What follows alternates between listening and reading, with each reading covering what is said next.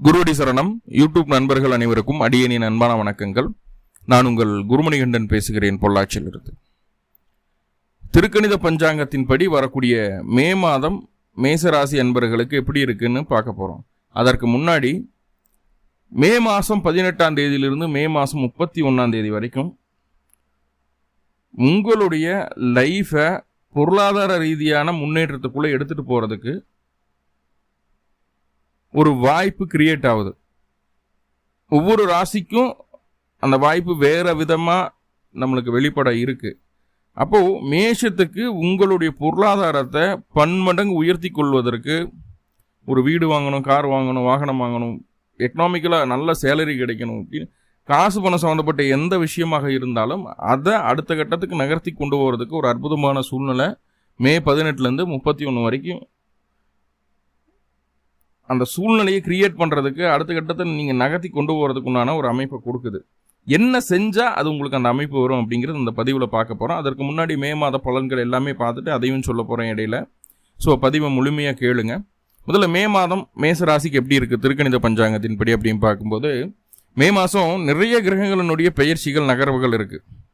So அதில் ரொம்ப முக்கியமானது குரு பயிற்சி, 2வது ராகுகேது பயிற்சி. 2 பேர்த்துக்குமே ஒரு 4 நாள் டிஃப்ரெண்ட்டில் குருவும் ராகுவும் பயிற்சி ஆகுறாங்க. மே மாதம் என்னென்ன கிரக பயிற்சி நடக்குதுன்னு பார்த்துடலாம். மே மாதம் 6ஆம் தேதி புதன் தன்னுடைய நீச வீடான மீன ராசியிலிருந்து மேச ராசிக்கு பயிற்சி ஆகிறார். மேஷத்தில் உங்களுடைய ராசிக்கு புதன் 3-6க்கு அதிபதியாக இருந்தாலும் அவர் அங்கே வந்து திக்பலம் அடைகிறார். ஸோ மேஷத்துக்குள்ளே புதன் இருக்கிறது நல்லது தான். மேஷத்துக்குள்ளே புதன் 6ஆம் தேதி வந்தார்னா 23ஆம் தேதி வரைக்கும் மேஷத்தில் இருக்கிற, அதன் பின்பு ரிஷபத்துக்கு பயிற்சி ஆகுது புதன். ஓகே, அடுத்ததான் மே மாதம் 14ஆம் தேதி சூரியன் உங்களுடைய ராசிக்கு 5 கூடியவர், ராசியில் உச்சமாக இருக்கக்கூடிய சூரியன் உங்கள் ராசிக்கு 2ஆம் இடத்துக்கு போகிறார். அதுவும் நல்ல விஷயம் தான். ஒரு திரிகோணாதிபதி ஒரு கேந்திரம் ஏறுறது நல்ல விஷயம்.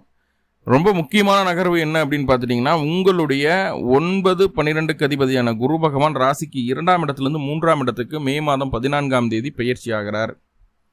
ரிஷபத்துலேருந்து மிதுனத்துக்கு குரு பயிற்சி ஆகுது. புதனுடைய வீடான மிதுனத்துக்குள்ளே குரு பயிற்சி ஆகிறார். அதே நேரத்தில் மே மாதம் 18ஆம் தேதி ராகு கேது பயிற்சி நடக்குது. ராகு மீன ராசியிலேருந்து கும்பராசிக்கும், கேது கன்னி ராசியிலேருந்து சிம்ம ராசிக்கும் பயிற்சி ஆகிறாங்க. ஃபைனலாக இந்த மாத இறுதியில் மே மாதம் 31ஆம் தேதி சுக்கிரன் தன்னுடைய உச்ச வீடான மீன ராசியிலிருந்து செவ்வாயினுடைய வீடான மேஷ ராசிக்குள்ளே பயிற்சி ஆகிறார். இப்போ இந்த மாத கடைசியில் தான் சுக்கிர பயிற்சியானது இருக்குது. அதோட இம்பேக்ட் அடுத்த மாதம்தான் தெரியும் நம்மளுக்கு. ஓகே, ஸோ அப்படி இருக்கக்கூடிய ஒரு அமைப்பில் பார்த்துட்டிங்கன்னா, செவ்வாய் அப்படின்னு சொல்லக்கூடிய கிரகம் இந்த மாதம் எந்த ஒரு நகர்வையும் சந்திக்க போகிறது கிடையாது. உங்களுடைய ராசி அதிபதி ராசிக்கு 4ஆம் இடத்துல பலம் இழந்த சூழ்நிலையில் தான் இருக்கிறார். அதை நம்ம பாயிண்ட் பண்ண வேண்டிய ஒரு விஷயமா இருக்குது. சரி, இந்த மே மாதம் படிக்கக்கூடிய குழந்தைகளுக்கு எப்படி இருக்குது?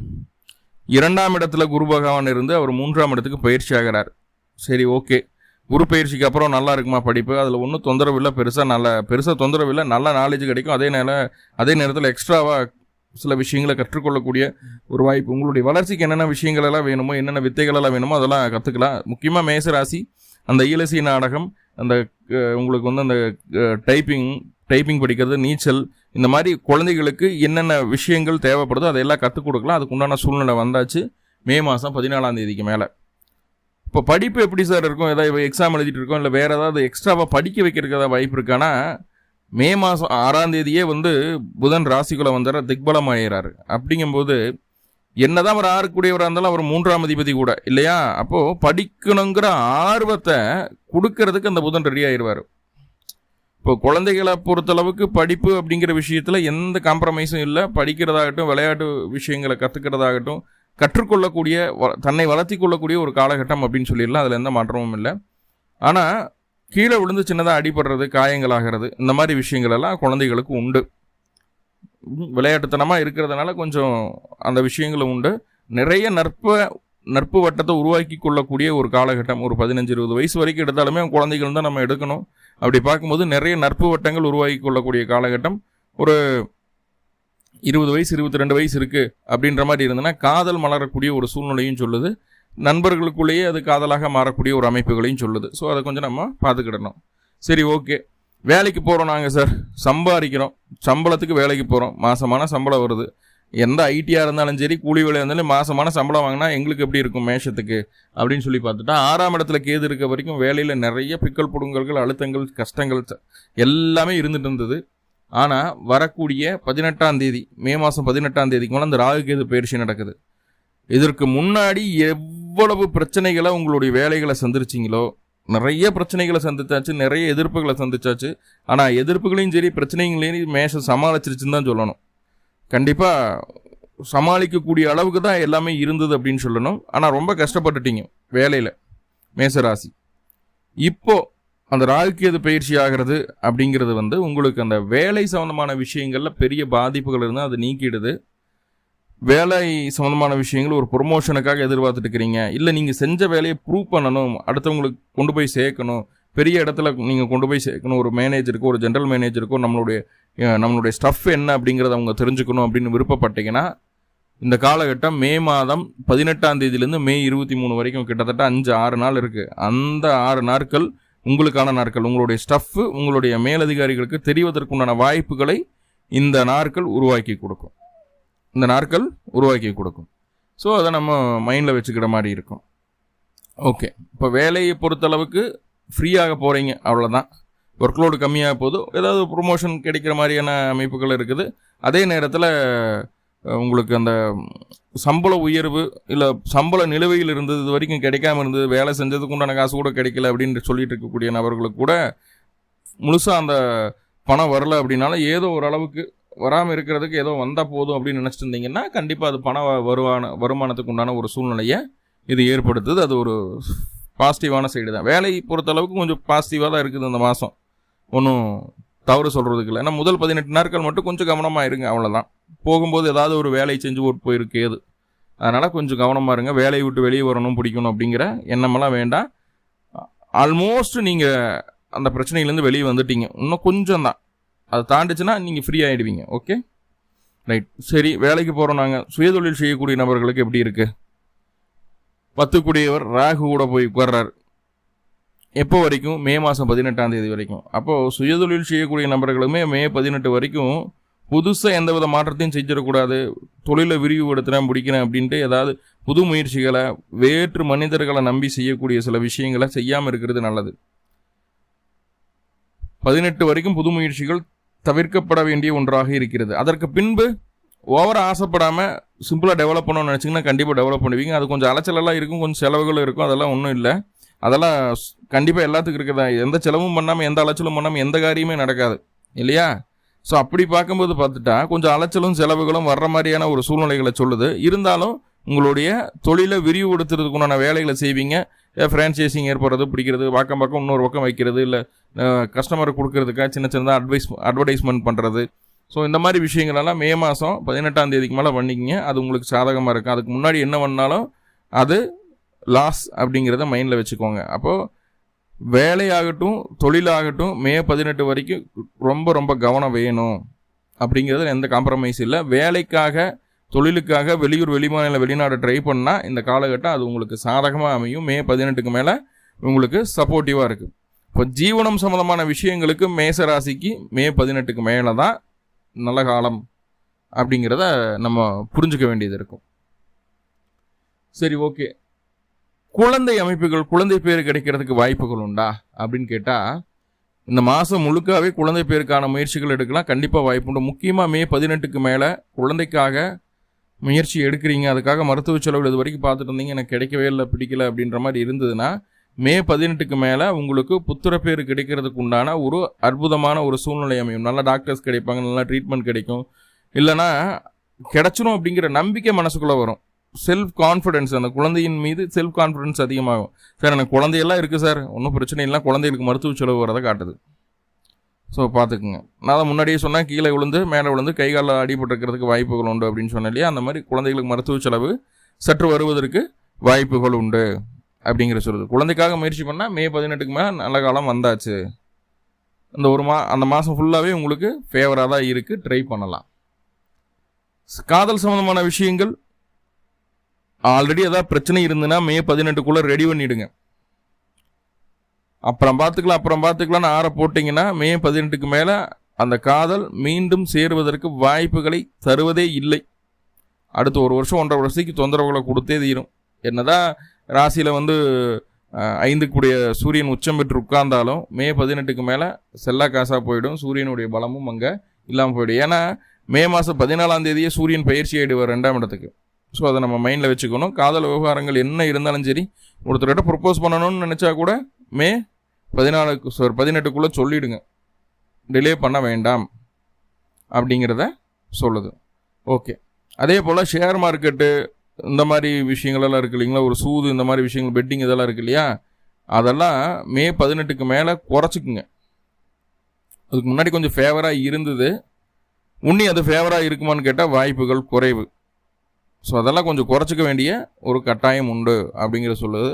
உங்களுடைய விருப்பங்களை வெளியில் சொல்லாமல் நீங்கள் உண்டு உங்கள் வேலை உண்டு அப்படின்ட்டு அடுத்தவங்க என்ன பண்ணாலும் சரி, என்ன நடந்தாலும் சரி, எதையும் கண்டுக்காதீங்க. நீங்கள் க்ரோ ஆகிறதுக்கு, நீங்கள் டெவலப் ஆகிறதுக்கு என்ன வழியோ அதை மட்டும் பாருங்கள். மே 18க்கு மேலே அப்படி இல்லை, நான் எல்லாத்தையும் பார்ப்பேன், அனுசரிப்பேன், பிடிப்பேன் அப்படின்னா வர்றதை சந்திச்சுக்க வேண்டியது இருக்கும். ஸோ அது கம்பல்சரி, அது அப்படி தான் இருக்கும். சரிங்களா? மனசை மட்டும் கல்லாக்கிட்டு வேலை செஞ்சால் மே 18க்கு மேலே கொஞ்சம் ஃப்ரீயாக இருக்கலாம். ஓகே. திருமண வாழ்க்கை எப்படி சார் இருக்குது அப்படின்னு கேட்டால், இங்கே தான் பெரிய செக்காக வைக்க போகிறோம். என்னன்னா, உங்களுடைய ராசி அதிபதி நீச்சமாக இருக்குது, ஆனால் 7ஆம் அதிபதி உச்சமாக இருக்குது 12ஆம் இடத்துல. ராசிக்கு 12ல் சுக்கிரன் உச்சமாக இருக்கிறார். இப்போ வாழ்க்கை துணையினால் செலவுகள் வரும், வாழ்க்கை துணைக்கு வேலை கிடைக்கும், வாழ்க்கை துணை நல்லா சம்பாதிக்க போகுது, வாழ்க்கை துணை நல்லா செழிப்பாக இருக்கிறதுக்கு உண்டான ஒரு சூழ்நிலையை உண்டாக்குது.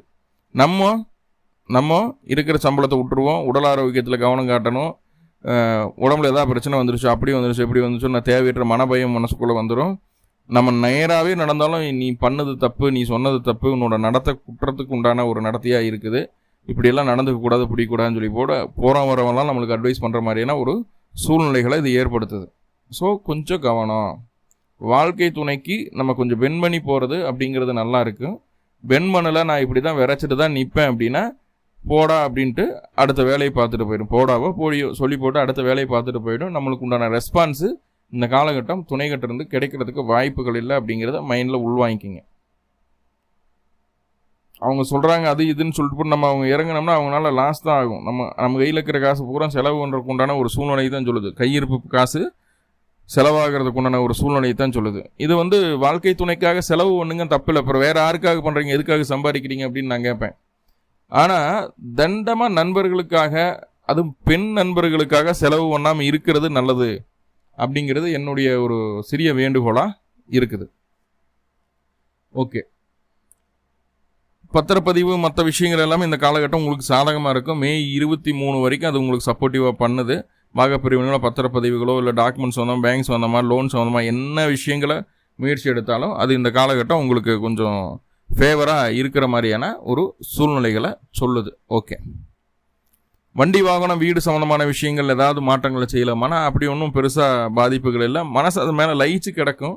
ஆனால் அதை செய்து கொள்வதற்கு உண்டான ஒரு சூழ்நிலை இந்த காலகட்டம் இல்லை. பொறுத்து பார்த்துக்கலாம் அப்படிங்கிற சொல்லுது. ஏன்னா நாளில் போய் நீச்சம் பெற்ற கிரகமாக செவ்வாய் உட்கார்ந்துருக்கிற அப்படிங்கும்போது இந்த காலகட்டம் வீடு வண்டி வாகனம் சம்பந்தமான விஷயங்களில் பெரிய சேஞ்சஸ் எதுவும் செய்ய வேண்டாம். சிம்பிளாக இருந்தால் மேக்ஸிமம் தள்ளி போகிறதுக்கு பார்த்துக்குங்க, அவ்வளோதான் நான் சொல்லுவேன் நான். ஓகே. தாய் தந்தையனுடைய உடல் ஆரோக்கியம் தாயாருக்கு கொஞ்சம் பாதிப்புகள் இருந்தாலும் சமாளிக்கக்கூடிய அளவாக இருக்குது. தந்தை அப்படிங்கிறவங்க இதுக்கு முன்னாடி சில தொந்தரவுகள் இருந்தது, அதை சரி செய்யறதுக்கு உண்டான மிகப்பெரிய மாற்றம் தந்தையினுடைய வாழ்க்கையில் நடக்க போகுது அப்படிங்கிறத சொல்லுது. இன்னும் அந்த மாற்றம் என்ன பண்ணுது அப்படின்னு பார்த்துட்டா நம்மளுக்கு ஃபேவராக இருக்குது. இன்னுமே நம்மளை ஃப்ரீயாக வச்சுக்கிறதுக்கு என்ன வழியோ அதுக்குண்டான வேலையை உங்கள் தந்தையார் செய்ய போகிறாரு. அவங்க கொஞ்சம் சேஃபர் சைடு தன்னை வச்சுக்கிறதுக்கு வழியை தேடுறார் தந்தையார் அப்படிங்கிறத சொல்லுது. அதுவுமே சேஃபர் சைடு தான் இருக்க போகுது. ஓகே. குடும்ப பெண்களுக்கு இந்த காலகட்டம் என்ன சொல்கிறதுன்னா நகைச்சுவை உணர்வு அதிகமாயிரும். நம்ம எதுவுமே சொல்ல மாட்டோம், எல்லாத்தையும் ரகசியமாக காத்துக்கிறோம் அப்படின்னு சொல்லி போட்டு எல்லா ரகசியத்தையும் சொந்த வந்ததுக்கிட்டையும் அக்கம் பக்கத்துக்கிட்டையும் பேசிடுவோம். அப்போது நாவடக்கம் அவசியம் சொல்லுது, ரகசியம் காக்கப்பட வேண்டும் அப்படிங்கிறத சொல்லுது. கணவன் மனைவிக்குள்ளே சின்ன சின்னதாக கருத்து வேறுபாடுகள் வந்து போனாலும் சமாளிக்கக்கூடிய அளவுக்கு இருக்கும், பயப்பட வேண்டாம் குடும்ப தலைவிகளுக்கு அப்படிங்கிற மாதிரியான ஒரு அமைப்புகளை சொல்லுது. ஓகே, இப்போது அந்த பொருளாதாரத்தை உயர்த்திக்கிறதுக்கு என்ன பண்ணுறது அப்படின்னு பார்த்தா, மே மாதம் 18ஆம் தேதியிலேருந்து மே 31 வரைக்கும், மே மாதம் 18லேருந்து மே 31 வரைக்கும் 2-11 அதிபதியினுடைய சேர்க்கை ராசிக்கு 12ஆம் இடத்துல ஏற்படுது. அப்போது மேச ராசி என்ன பண்ணணும் அப்படின்னா, முடிஞ்சால் ராமேஸ்வரம் போயிட்டு வரலாம். மே 18லேருந்து மே 31 வரைக்கும் அந்த காலகட்டத்தில் கிட்டத்தட்ட ஒரு 14 நாள் இருக்குன்னு வைங்களேன். முடிஞ்சால் ராமேஸ்வரம் போயிட்டு வரலாம். சரி, அதெல்லாம் ராமேஸ்வரம்லாம் போக முடியாது சாமி, அவ்வளோ செலவு பண்ணிட்டு எல்லாம் போக முடியாது அப்படின்னா, சிம்பிள், உங்களுடைய ஊருக்கு எல்லை தெய்வங்கள்னு இருக்கும் இல்லையா, ஊர் எல்லை தெய்வங்களுக்கு ஒரு நல்ல அபிஷேக ஆராதனை பண்ணி மனசார வழிபாடு பண்ணிடலாம். அதுக்கும் எங்கிட்ட பைசா இல்லை அப்படின்ற மாதிரி இருந்ததுன்னா போய் 2 நல்லெண்ணெய் தீபம் போட்டுருங்க. கொஞ்சம் உங்கள் கைகளால் மலர்களை பறித்து அதில் ஒரு பூ செய்து மாலை கட்டி அதை தெய்வத்துக்கு சாத்திடுங்க. இல்லை மாலை கட்டவும் தெரியாதுன்னா உதிரி பூக்களாக கொண்டு போய் கொடுங்க. ஒரு 100 கிராம் 200 கிராம் திருநீர் வாங்கி கொடுங்க. மறக்க வேண்டாம், ஊர் எல்லை தெய்வங்களுக்கு இந்த வேலையை செய்யுங்க. சரிங்களா? செய்துட்டு அங்கே ஒரு 12 ரூபா சரிங்களா, 38 ரூபா காயின்ஸ் எடுத்துக்கோங்க. 1 ரூபா காயினை 38 காயின் கொடுத்து சாமி பாதத்தில் வச்சு வாங்கிட்டு வந்து உங்கள் வீட்டில் கஜானா, அதாவது காசு பணம் வைக்கிற இடத்துல வச்சுடுங்க. அது கூடவே வெட்டி வேறு, கொஞ்சமாக வெட்டி வேறு, ஜவ்வாது பொடி, அடுத்ததாக வசம்பு, இந்த 3ஐயும் சேர்த்து ஒரு மஞ்சள் துணியில் கட்டி அந்த காசோட கட்டி உள்ளே வச்சுருங்க. கண்டிப்பாக பொருளாதார ரீதியான முன்னேற்றத்தை மேசம் பார்க்கும். உறுதியாக நடக்கும், 100க்கு 100 நடக்கும். வராத காசு கூட வசூலாகும். நல்லபடியாக பயன்படுத்திக்கிங்க. மறுபடியும் இந்த மாதிரியான ஒரு சூழ்நிலை அமையிறதுக்கு வாய்ப்புகள் இருக்கானா ஒரு 30 வருஷம் கூட ஆகலாம். சரிங்களா? சான்சஸ் ரொம்ப குறைவு. அதனால் இந்த காலகட்டத்தை உன்னிப்பாக பார்த்து கவனித்து சரியாக செய்துடுங்க. முடிஞ்சளவு ராமேஸ்வரம் போயிட்டு வர்றது மச் பெட்டர் அப்படின்னு சொல்லுவோம். இல்லைன்னா உங்களுடைய ஊர் எல்லை தெய்வங்கள். ஸோ மறக்காமல் பண்ணுங்க. உங்களுடைய உறவுகளில் நண்பர்கள் யாராவது மேஷராசிக்காரங்க இருக்கிறாங்க, மேஷ லக்னக்காரங்களாக இருந்தாலும் இது பொருந்தும் இருக்காங்க அப்படின்னா கண்டிப்பாக அவர்களுக்கும் இதை நீங்கள் பகிர்ந்து கொள்வது நல்லது. ஸோ அவங்களுடைய வாழ்க்கையில் நம்ம ஒளியேற்றி வச்ச மாதிரி இருக்கும். புரிந்து கொள்ளுங்க, எல்லாத்துக்கும் அதை ஷேர் பண்ணுங்க. ஓகே, மேலும் மேசராசி என்பவர்களுக்கு இந்த மே மாதம் எல்லா விதமான நன்மைகளையும் தரட்டும் அப்படின்னு சொல்லி எல்லாம் பல பரம்பொருளை பிரார்த்தனை பண்ணிட்டு இந்த பதிவை முடிச்சுக்கிறேன். நன்றி நண்பர்களே, நன்றி. வாழ்வளமுடன். திருச்சிற்றம்பலம்.